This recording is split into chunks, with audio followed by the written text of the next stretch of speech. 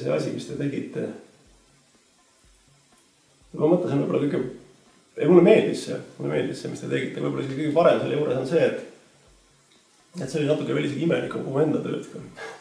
Et see on selline mingi rahvapärane määratus, suupärane määratus, et mingisugune imelikkus peab kunstil sees olema. Et isegi kui sa oled tahad olla väga sirgjooneline, et mingisugune kiiks peab sul olema või mingisugune nihe, et muidu ta võtab ka ainult selle kinni, mida sa oled tahtnud nagu öelda, aga alati sa ei suuda kunagi öelda nii palju, kui sa tahad või see ei ole kogu tõde, aga teie asi oli nagu veel rohkem kiiksuga kui minul, et see oli nagu hea.